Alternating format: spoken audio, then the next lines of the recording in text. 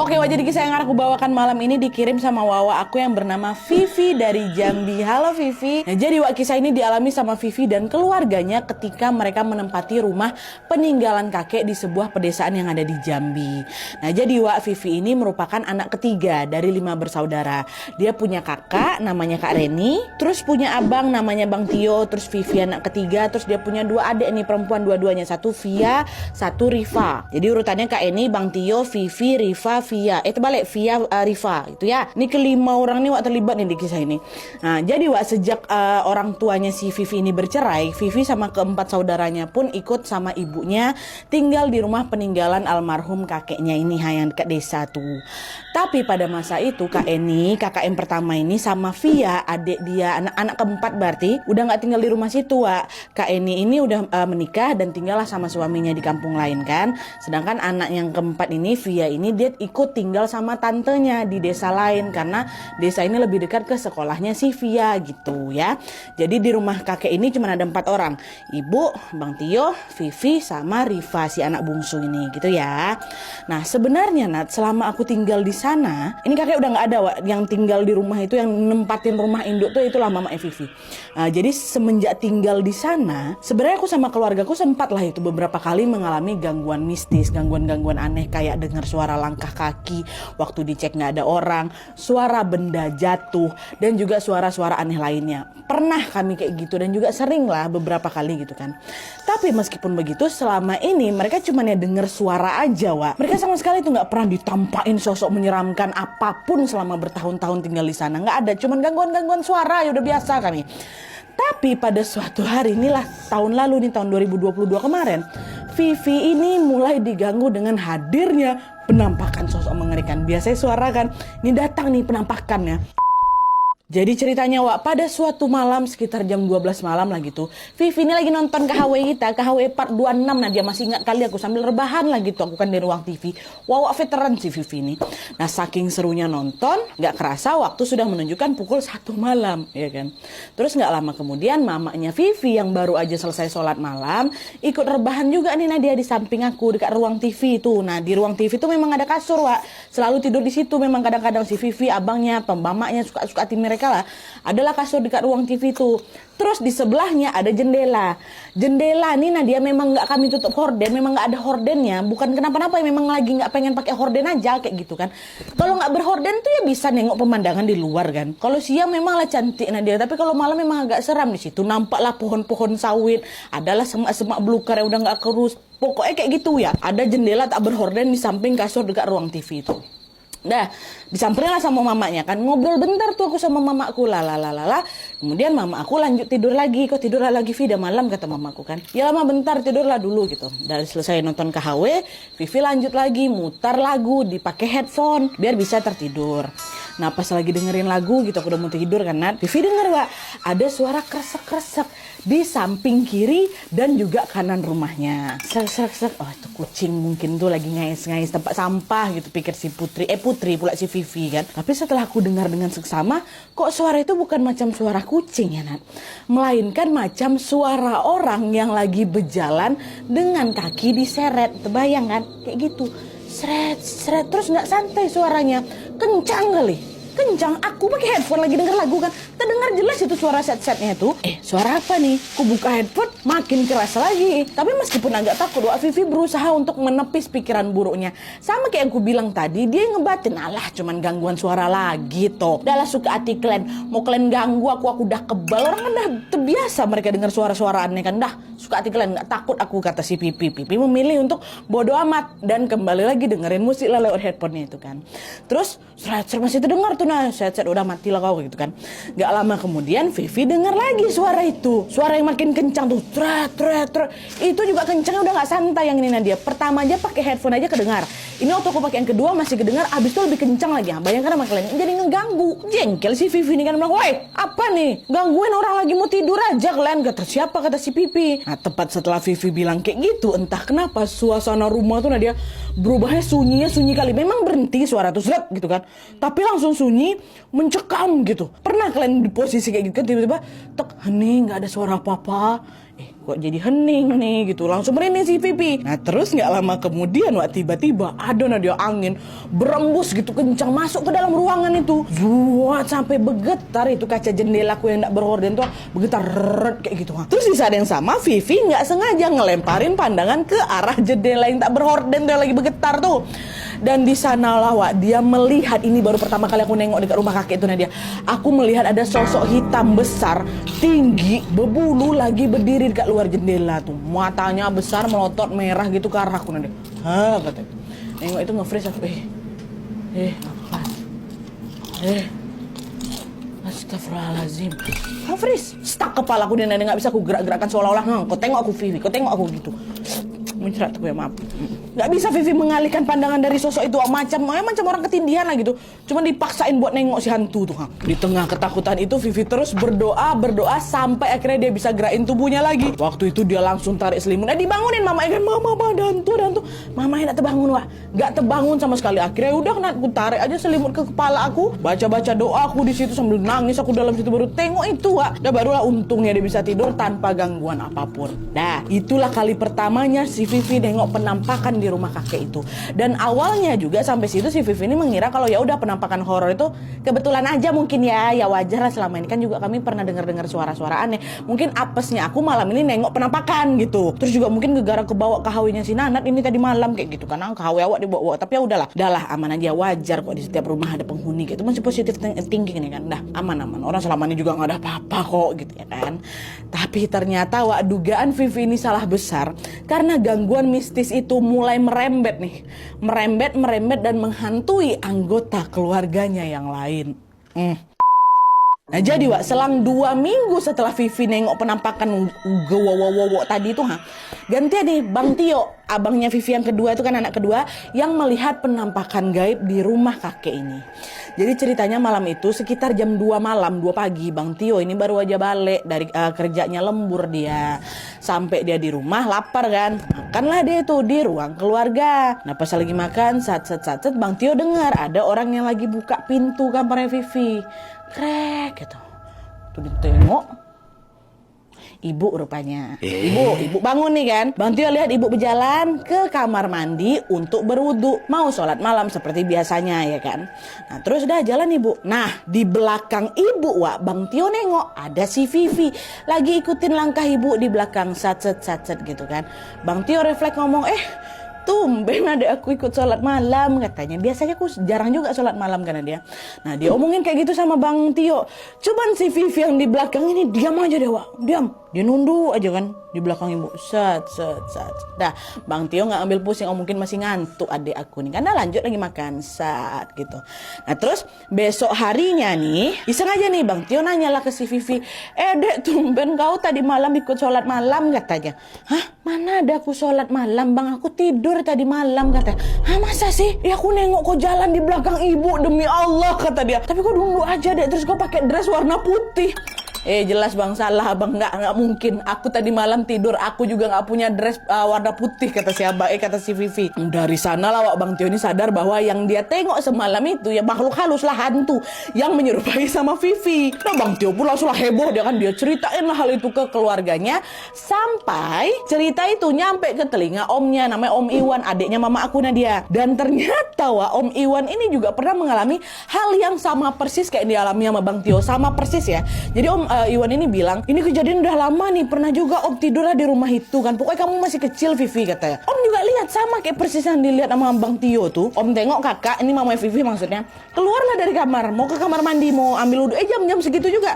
Terus di belakangnya ya itu ada kamu Vivi, sama persis, nunduk juga, pakai baju warna putih juga, sama persis Nah setelah mendengar cerita dari Om Iwan, berarti di sini kan Bang Tio nggak salah lihat kan, emang udah biasa berarti nih jin atau si jin itu ikut ibu sholat tapi menyerupai Vivi. Ya kan, apalagi udah lama pula semasa Vivi masih kecil pernah ditengok sama Om Iwan kayak gitu. Di situ Bang Tio cuma bilang, oh ya udahlah, dia kan cuma ikut ibu berwudu aja kan, nggak ganggu dia tuh, ya udahlah suka hati lah gitu. Bang Tio pun biasa aja, dia sempat heboh aja dia bentar tapi ya udahlah, itu lucu-lucuan aja lah menurut dia mungkin kan.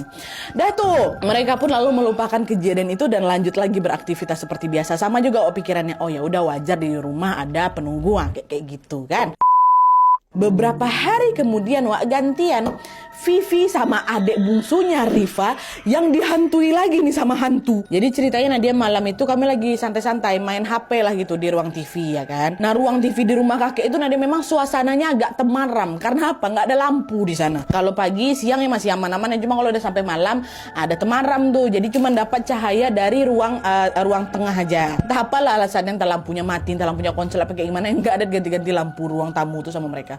Dah pas lagi fokus main HP masing-masing, tiba-tiba datang lah ini sebuah bayangan hitam kan, yang sampai membuat ruang TV yang awalnya temaram tuh jadi gelap. Kebayang Glenn kan pertama kayak remang-remang gitu kan lagi main HP, tiba-tiba set gak ada bayangan, set jadi gelap ruangan nih. Kok gelap, kata si Vivi kan, langsung refleks ngedongak ke arah itu. Dan waktu ngedongak itu Nat, aku tengok ada sosok lagi nih, sosok kemarin mungkin kan, hitam besar tapi udah gak di luar, dia melintas. Nah dia dekat ruang tengah sama ruang TV aku tuh, dia melintas, saking besarnya dia tutupilah itu cahaya yang masuk, makanya jadi gelap macam gerhana bentar kami tuh. Ini besarnya betul-betul kayak gak masuk akal besarnya Nadia. Sosok tuh ya cuman kelihatan perut ke kakinya aja, perut ke atas sudah nggak nampak lagi doh. Lewat desa, ya Allah besar kali, ya Allah apa nih, tapi nampak di jalan set gitu, kaki perut tuh nampak. Dan ternyata nggak cuman Vivi aja yang nengok, si Riva adeknya nengok juga.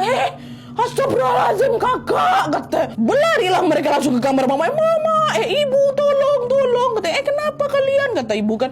Tadi di ruang TV ada setan besar kali bu, badannya hitam semua, kata mereka. Masa saya dicek sama ibu, udah bukan itu bukan apa-apa tuh, ngelindur kalian tuh, udah malam makanya tidurlah, jangan lupa baca doa ya, kata ibunya kan.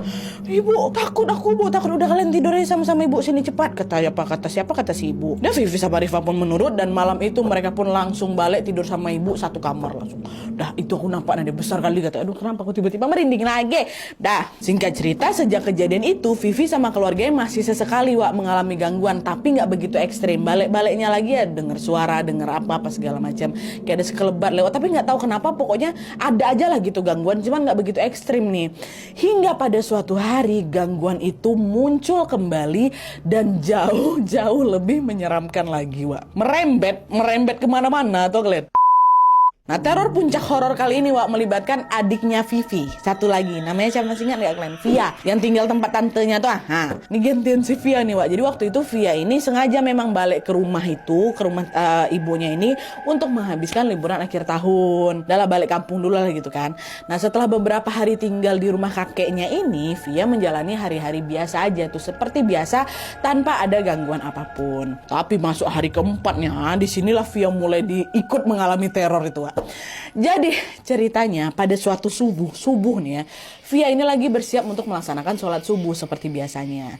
Dia pergilah berwudu dan berniat untuk sholat di dalam kamar, nggak di luar. Nah tapi Wak, pas di kamar itu udah selesai mengudu, masuk kamar, terus waktu di kamar posisi pintu kamar itu terbuka, memang lagi mau pakai mukena nih, set Via nengok ada sosok wanita masuk ngelengos gitu, melayang kan, masuk ke dalam kamarnya terus melayang mutar-mutar gitu Wak, mutar dia, siapa nih mutar. Dan epicnya lagi Wak, Via baru sadar kalau sosok yang masuk mutar-mutarnya menyerupai orang yang sangat dia kenal. Siapa? Ibu dia sendiri. Mulai dari badannya kurus, rambutnya panjang sebahu, wajahnya betulan wajah ibu aku, katanya dia. Ibu ngapa ibu melayang-melayang tuh? Tapi yang bikin Via sadar bahwa itu bukan ibunya, yang pertama iyalah ibunya, ngapain ibunya melayang kan. Terus kedua, hal yang bikin Via takut adalah ketika melihat sosok yang mirip sama ibu itu tersenyum. Tapi sampai ujung telinga nih haro. Kata tapi sampai melayang-melayang Wak. Langsung dibangunkannya lah si Vivi kan. Vivi bangun, ada hantu ini masih melayang-layang nih. Tapi sayang entah kenapa lagi Wak. Kemarin kan Vivi yang susah bangunin mamanya kan. Ini Vivi yang dibangunin juga susah kali, nggak terbangun. Nah karena ngerasa terpojok sendirian si Via nih kan, Via memilih untuk langsung memejamkan mata, dikuncinya badannya, langsung dia baca ayat kursi itu. Terus tuh dia nggak mau buka mata sampai terdengar suara azan subuh berkumandang. Dan setelah mendengar suara azan dibuka, mata udah nggak ada lagi tuh. Apa perempuan melayang-melayang tuh. Iya astagfirullahaladzim. Dia pikir udahlah kan sampai di situ aja lah ya kan. Tapi enggak Wak, selang beberapa menit kemudian baru aja tenangnya si Via dengar ada suara benda jatuh kencang kali, berat macam kayu besar tumbang tuh Wak. Der gitu kan. Bukannya dia trauma sama penampakan sosok wanita yang melayang-melayang tadi, malah disamperin, mungkin karena juga penasaran kan itu suara apa tuh yang jatuh gitu kan. Nah mendekatlah ke jendela, dibukanya lah tirai jendela tuh sikit. Waktu dibuka nggak ada apa-apa. Nggak ada, hening kan di luar. Nggak ada. Berarti bukan di sini sumber suaranya, mungkin dari arah sana gitu kan. Kayak tadi suaranya dari sini lah. Ya udah nggak ada apa-apa, bismillah, udah subuh kok, tenang, kata si Via. Di depannya cuma ada beberapa batang ubi kayu aja sama beberapa pohon pisang yang memang tumbuh di dekat samping kamar dia ini. Nah karena nggak ada apa-apa, Via mau nutup lagi dong tirainya, mau tidur lagi kalau udah takut udah nengok hantu. Tapi Wak, baru mau digeser nih tirai ini sama si Via, disitulah Via nengok pemandangan yang tidak akan dia lupakan seumur hidupnya, Wak. Waktu itu tiba-tiba saja, baru mau ditutup nih. Apa tuh? Via melihat ada sosok wanita yang mirip sama mamanya tadi muncul di antara pohon-pohon pisang itu. Dan selain itu Via melihat bahwa sosok itu perlahan-lahan berubah wujud. Dari awalnya rambutnya pendek kan macam ibu ya kan? Pendek, tiba-tiba panjang. Dan selain itu wajahnya juga berubah. Awalnya kan macam muka ibu tuh. Lama-lama berubah macam ada merah-merahnya gitu. Kenapa jadi kayak gitu? Astagfirullahaladzim. Belum sempat mencerna semua itu, Wak. Via ini kembali melihat bahwa si sosok ini sedang menggendong sesuatu di pelukannya. Dia mati lekat-lekat sama si Via, apa digendongnya itu kan. Tahu kalian sosok apa digendong tuh? Bayi. Gendong bayi dia. Dan pada saat itu juga Wak, Via mengaku dia tidak hanya melihat si sosok ini menggendong bayi itu, tapi sosok itu ternyata juga sambil macam kayak memakan bayi itu, coy. Nampak deh kayak gitu. Surprise. Kayak dimakannya bayi itu, nampak deh macam ada darah-darah, kata si Via itu. Nengok penampakan secara beruntun itu, apa nggak pengen kali teriak si Via ini kan, kalau bisa pingsan mungkin waktu itu. Cuman waktu mau teriaknya nggak bisa suara tuh keluar loh. Entah dibuat diam sama sosok tadi, entah memang karena dia ini nggak sanggup berkata-kata lagi, entah ke negara apa ya. Tapi yang jelas Via betul-betul nggak bisa bersuara, shocking shocknya. Tuh nggak kalian dapat apa namanya tuh ya, dapat serangan shock gitu karena nggak bisa berbuat banyak. Untunglah Via ini bisa bergerak, lompatlah dia langsung ke tempat tidurnya, di peluknya Vivi kakaknya si Wawa kita. Astagfirullahaladzim gitu. Dia balik lagi baca ayat kursi sampai matahari terbit. Bergetar badan aku waktu aku bangun nengok adik aku, shock gitu. Kok kenapa Via? Nah saat Vivi udah bangun lah, Via langsung menceritakan kejadian yang tidak akan pernah dia lupakan itu ke seluruh penghuni rumah, ke ibu, ke Bang Tio, ke aku, Nadia, ke semua yang dia ceritain. Pada ikutan takut lah kami semua, soalnya ini udah lebih ekstrim lagi penampakan. Yang aku tengok genderuwo, yang ditengok sama Bang Tio ya udahlah penampakan yang mirip sama aku. Ini nggak wanita mukanya jelek makan bayi, macam mana? Saking traumanya hari itu Via langsung memutuskan tuh, udah aku mau pergi aja balik rumah tante, nggak mau lagi aku melewatkan malam di rumah nih, katanya. Ya janganlah nak, kamu juga baru kesini. Mamanya nggak setuju lah, orang baru balik anaknya kok belum sempat lagi melepas rindu kan, belum puas ya kan. Tapi gegara nengok Via nih betul-betul trauma kali, shock kali, ibu pun akhirnya terpaksa mengizinkan, ya udahlah baliklah aku lagi, dibanding kok kenapa-napa gitu kan. Balik Via, Wak. Balik ke kampung sebelah lagi si Via. Hari itu juga diantar sama Bang Tio sama mama aku kan. Nggak mau lagi ditinggal di rumah tuh. Padahal rumah mamanya tuh. Nah singkat cerita, karena Via nggak jadi liburan di rumah mereka, Wak, ibunya Vivi memutuskan untuk mengajak mereka semua berlibur atau refreshing sambil ngejenguk kakak sulungnya. Jadi ajak pergi ginap di rumah anak sulungnya lah, Wak, Kak Eni yang udah nikah tuh, masih ingat kalian kan, kakak si Vivi. Nah setelah semuanya setuju, mereka pun pergilah ke sana bersama-sama. Sesampainya di rumah Kak Eni, ya udah mereka ngobrol-ngobrol tuh seperti biasa. Sampai akhirnya aku buka obrolan, ya kan. Tanya sama mamaku, ibu, kira-kira siapa tuh sosok kuntilanak yang gendong bayi itu, Bu? Seram kali ya, Bu. Kok bisa dia datangnya sekarang, Bu? Pas-pas pula waktu akhir-akhir ini kita sering digangguin, which is Via sama Bang Tio kan sempat diliatin kan.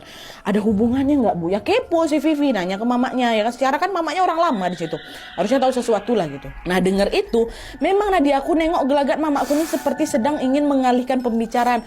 Udahlah nggak ada apa-apa, perasaan kamu aja itu. Atau gimana kabarnya? Pokoknya dialihkan dia lah kan. Apa mama ini kayak gini nih? Makin yakin si Vivi nih kalau ibunya nih macam lagi nyembunyiin sesuatu lah. Dia nih tahu sesuatu tapi nggak mau bilang aja sama kami. Ku desak terus kan. Ngapa, Bu? Bilang lah, Bu. Penasaran Vivi, kasih tahu lah gitu kan.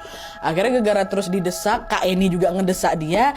Akhirnya di sini ibunya Vivi pun cerita, wae. Jadi ibu nih tahu sebenarnya sesuatu tentang si gadis yang pegang anak itu. Jadi ternyata, ini menurut cerita ibu ya, generasi ibu, pada tahun 1960-an waktu ibu ini masih kecil, Wak, adalah ini seorang petani yang datang dari Pulau Jawa. Dia datang ke desa itu bersama dengan seorang wanita yang bukan istrinya.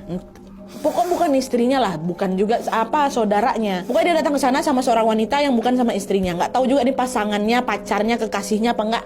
Tapi nggak tahu, pokoknya ya ngerti lah kalian kan. Mereka datang tanpa ikatan pernikahan kayak gitu. Lalu mereka berdua membangun sebuah gubuk kayu di ladang perkebunan untuk ditinggali. Nggak jauh lah dari rumah kakek dekat belakang itu. Nah karena tinggal berdua aja, datanglah setan yang masuk ya kan. Seiring berjalannya waktu, wanita yang datang bersama petani itu hamil ya kan, mengandung. Setelah 9 bulan berlalu, lahirlah bayi si wanita ini. Tapi Wak, meskipun sudah melahirkan, mereka berdua ini tetap nggak menikah. Udahlah nggak menikah, yang ada di sana mereka malah melakukan sebuah tindakan keji, yaitu diam-diam mereka mengubur bayi itu hidup-hidup di belakang rumahnya kakek. Ya ini nggak ada warga yang tahu nih ya. Dan ibunya Vivi bilang kalau bayi itu dikubur ke sana hidup-hidup untuk dijadikan mangsa kuntilanak yang memang sudah menjadi urban legend di desa itu. Untuk apa? Untuk mereka mendalami ilmu hitam. Paham sampai sini ya? Jadi mereka ini memang ya udah cuman untuk dapat anak aja supaya anaknya ini bisa dijadikan tumbal untuk kuntilanak yang udah jadi urban legend di desanya si ibu itu. Nah ibu bilang, Wak, kalau kakeknya ibu, which is ini berarti kakeknya buyut Wawa ini ya, yang bernama kakek Odang, pernah tuh ngebantu warga untuk berurusan sama si kuntilanak urban legend ini. Ini memang ada nih. Nah sekarang kita tarik mundur lagi nih ke zamannya kakek, ke generasi kakek buyutnya Vivi ya. Kakek buyutnya which is kakeknya mama. Ya, ini betulan cerita antar generasi. Tadi adalah generasi mama ya, ini generasi kakeknya mama. Nah, jadi katanya Wak, kakek Odang ini memang dulunya orang pintar kali, sekaligus juga sesepuh di desa itu. Bahkan dia ini adalah orang pertama yang membangun rumah di sana, which is dia juga lah kayak menemukan desa itu lah gitu intinya. Itulah rumah yang lagi ditinggalin Vivi sama sekeluarga itu, rumah dari kakek buyutnya. Nah, terus pada suatu hari ini ada kejadian lagi nih. Ada tetangganya kakek Odang, kita sebut aja lah namanya Bu Husna, baru saja melahirkan seorang bayi laki-laki gitu kan. Nah keluarga kecilnya Bu Husna ini tentu diliputi kebahagiaan, Wak. Tapi kebahagiaan itu tidak berlangsung lama, karena tepat 1 minggu setelah melahirkan, Bu Husna ini tiba-tiba kehilangan bayinya. Betul-betul hilang, Wak, di atas kasur hilang. Di situ Bu Husna langsung mikir, anak aku diculik nih ya kan. Kan gak mungkin bayi bisa jalan kan, Wak. Nah panik lah Bu Husna ini, langsung lah berteriak minta tolong bantuan warga. Tolong anak saya hilang, anak saya hilang. Nah dengan cepat warga pun langsung lah ikut membantu mencari bayinya Bu Husna. Dah keliling lah mereka kan ke seluruh sudut desa, tapi sayangnya bayi Bu Husna tidak kunjung ditemukan. Berarti nggak dimaling sama orang nih kemungkinan waktu itu mikirnya kan. Nah di tengah kebingungan itu akhirnya ada salah satu warga yang menyarankan Bu Husna untuk nemuin kakeknya ibu, which is kakek Odang. Kan kakek ini orang pintar di situ kan. Satu desa memang mereka, Wak, tapi beda dusun ya. Satu kecamatan lah mungkin, cuma beda kelurahan gitu. Akhirnya dengan segera Ibu Husna ini pun langsung lah, Wak, menemui kakek Odang. Nah setelah bertemu, Bu Husna pun langsung menyampaikan maksudnya, yaitu tolong terawang di mana bayi saya nih gitu kan. Kira mendengar pertanyaan itu kakek Odang jawab, oke sebentar, diterawang lah sama kakek Odang kan. Nah ternyata kakek bilang, bayimu ada di tengah hutan dekat rumahmu. Dia disembunyikan di atas pohon oleh sesosok kuntilanak. Astagfirullahaladzim, kakek yang betul lah kakek. Terus anak saya nggak kenapa-napa kan, kata Bu Husna. Insya Allah nggak kenapa-napa. Ayolah yuk kita pergi ke sana. Saya ikut kalian buat kita cari sama-sama, kata si kakek Odang. Dah tuh kakek Odang, Bu Husna dan beberapa warga pun berbondong-bondong pigilah itu ke hutan buat mencari bayi itu di mana ya kan. Sampai di hutan, kakek Odang dengan mudah langsung bisa melihat titik yang dia tuju. Dan di sana kakek Odang melihat ada keberadaan kuntilanak bersama bayi yang lagi diculiknya. Inilah bayinya Bu Husna. Dan yang lebih seramnya lagi, Wak, kakek Odang bilang kalau dia melihat si bayi itu lagi dijilati sama lidah panjangnya kuntilanak. Astagfirullahaladzim. Kakek Odang aja yang nengok memang, ya kan.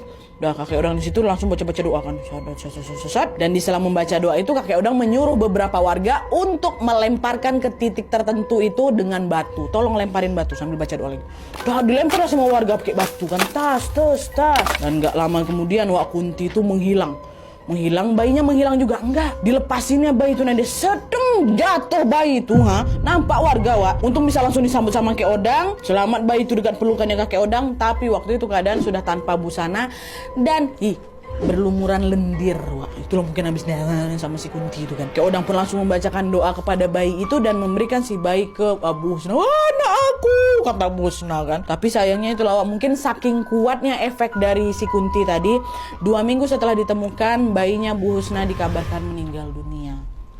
Tinggal. Nah itulah tadi cerita dari si mamanya Vivi. Jadi menurut penjelasan ibunya Vivi, Wak, kuntilanak pemakan bayi itu katanya terus menghantui warga tuh selama beberapa puluh tahun lamanya. Mulai dari generasi buyut kamu, kakek kamu sampai mama, kata mama. Nah itu ada aja tuh. Nah konon katanya di sini, konon katanya si kuntilanak tadi merupakan suruhan pasangan yang tadi tuh petani sama wanita tuh, yang diduga lagi menjalani ilmu hitam itu.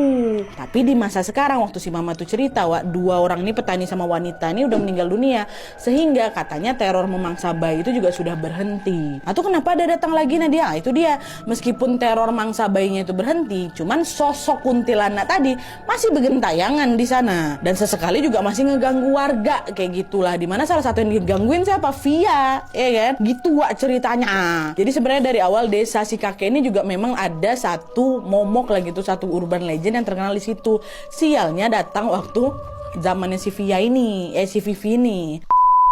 Nah jadi itu tadi Wak cerita tentang Vivi dan keluarganya yang mengalami serentetan teror mistis selama tinggal di rumah peninggalan sang kakek dan juga kakek buyut. Kata Vivi, Wak, sampai sekarang dia masih juga sesekali mendengar suara-suara aneh, macam ada suara orang lagi cuci piring, suara langkah kaki yang kayak gitulah, masih suara tuh masih Nadia. Sebenarnya juga nggak heran aja rumah ini horor, orang rumah tua kali ya kan, ditambah lagi desanya juga punya kisah kelam yang nggak kalah menyeramkan ya kan, wajar lah. Yang jelas kita doain aja semoga Vivi dan keluarga selalu dalam lindungan Allah Subhanahu wa taala dan semoga mereka sekeluarga tidak lagi mengalami kejadian aneh lagi ke depannya. Amin ya. Kita juga. Amin ya rabbal alamin. Oke Wak, jadi sekian dulu videonya. Terima kasih banyak yang sudah menonton. Kalau kalian suka video ini, klik like-nya, jangan lupa komen di bawah tidak ada dan saran-saran untuk video selanjutnya. Jangan lupa nyalain notifikasinya supaya kalian tahu kalau aku upload video baru. And as always, jangan lupa untuk klik tombol subscribe supaya kalian sama-sama tahu informasi menarik dan menegangkan dari channel aku. See you next video, Wak. Bye.